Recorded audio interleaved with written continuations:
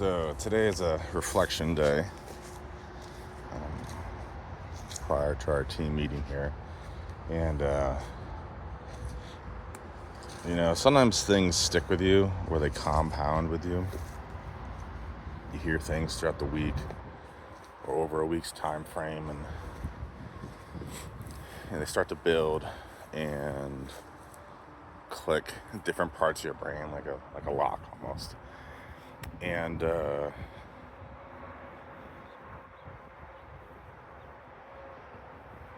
something clicked today that I've been feeling, but hadn't really hit. And I was on a call. I was called Kevin, and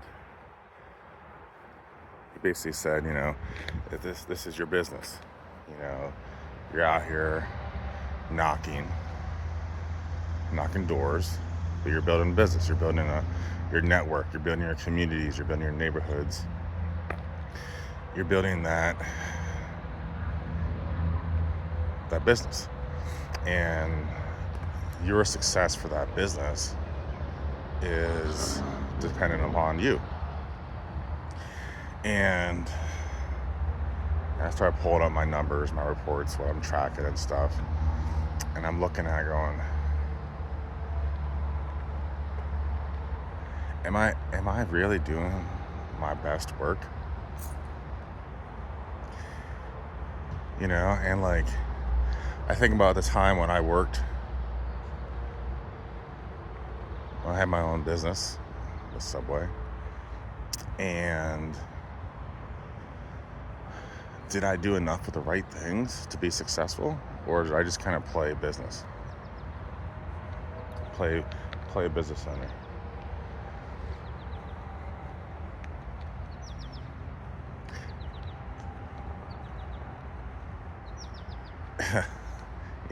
You ask those kind of questions, and you're like, shit. You think you're doing it all. You're putting in, the 40-hour weeks. You're putting in the 60-hour weeks. You're putting in the nights and the weekends and spending time away from your family. But are you doing the right things that are going to make you successful?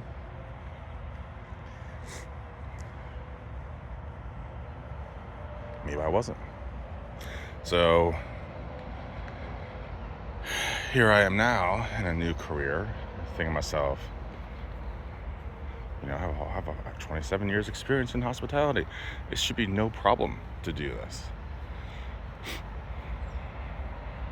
And I'm not succeeding. And like I said, I was looking at my reports earlier, and I wasn't getting the knocks that I should be getting. I'm not spending the time I should be spending. And I realized I haven't been committing. I'm committing partially. I'm committing what I think I should commit to both my family and this job, but maybe I'm just playing around.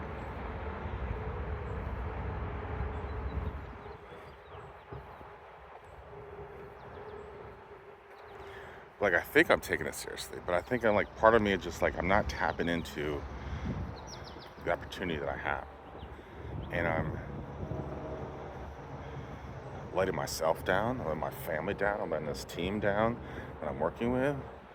Because they deserve to have the best version of myself, and I'm not giving it to them. I'm not giving it to my family. I'm just kind of going through life, existing, but not really getting after it, So while I'm on this path, this last week at our team meeting, one of our leaders brought up extreme ownership. And so this week I've been listening to an oldie but goodie, Dichotomy of Leadership. And books, man. I love books. There's always just nuggets inside these books. And Jocko's talking about this soldier early on in the book.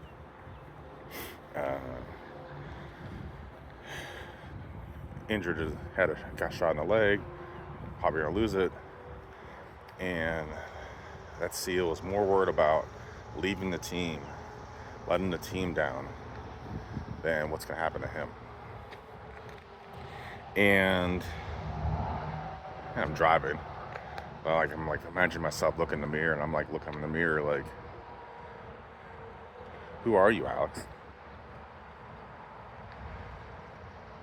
What are you really doing on this team? I want to be part of this team, but am I really showing up and putting in the work? Am I really doing the kind of things that are going to make me successful? And I know what the success is. I look around in the office, and these guys and girls making great money, living lives they probably didn't imagine. Maybe some did. If they've been in sales, they kind of know what's going on.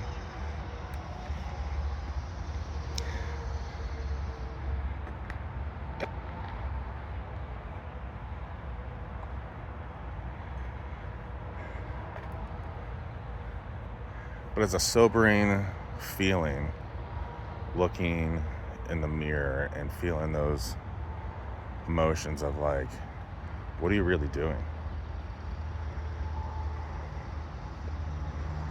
Are you really showing up and making that effort?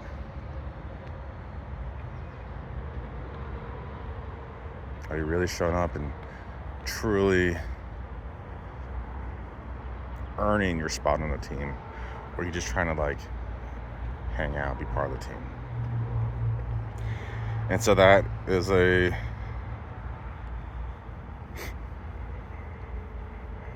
reflection of the day. And so that's something I want to fix. That's my sobering goal, is realizing I control what I can control. I can't control people answer the door. I can't control their emotions. I can't control that, but I can control how I show up.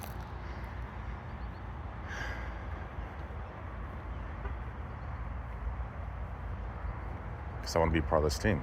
I want to prove that I belong. Just like I proved I belong in the Sharks. I had to show up and just get after it. And there wasn't anyone telling me what I should do.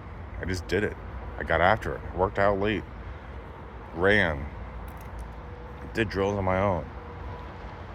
I was maniacal.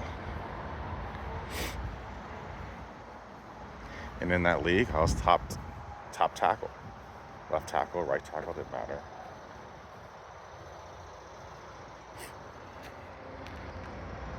So I showed up. I showed up when no one else showed up. And I don't have to worry about that on this team, because people will show up. They'll always show up. And like, I always remember when I was on the Sharks, I'd be looking around like, I remember one instance in particular. We were still 8-man at the time. We were down East Penn. There's a storm coming in. And we had our cone drills. And let's be clear here. It was all DBs, cornerbacks, skill positions. And then there was me, the lineman, showing up. And I was there to do cone drills. Because I knew one thing about, as a lineman, you need quick feet. You do footwork drills, cone drills, and ladder drills, and all that kind of stuff. You're gonna have quicker feet. And if you don't, you build the muscles, you build the explosiveness. And I remember a storm came in. It was lightning. It was raining. Torrential downpour. And we were out in it, just grinding out these drills. And it was later in the season, so it was like, you're heading into championship playoff time, that kind of time of year. And it was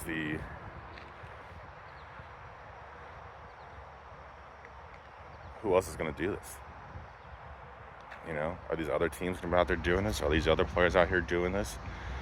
Not necessarily on our team, but on these other teams. Are they going to put in the effort that we're going to put in this crazy weather?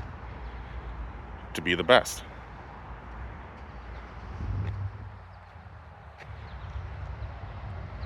I look back on those and I realize I used to do that. So why am I not doing it now? So that is what I'm working on. Ow!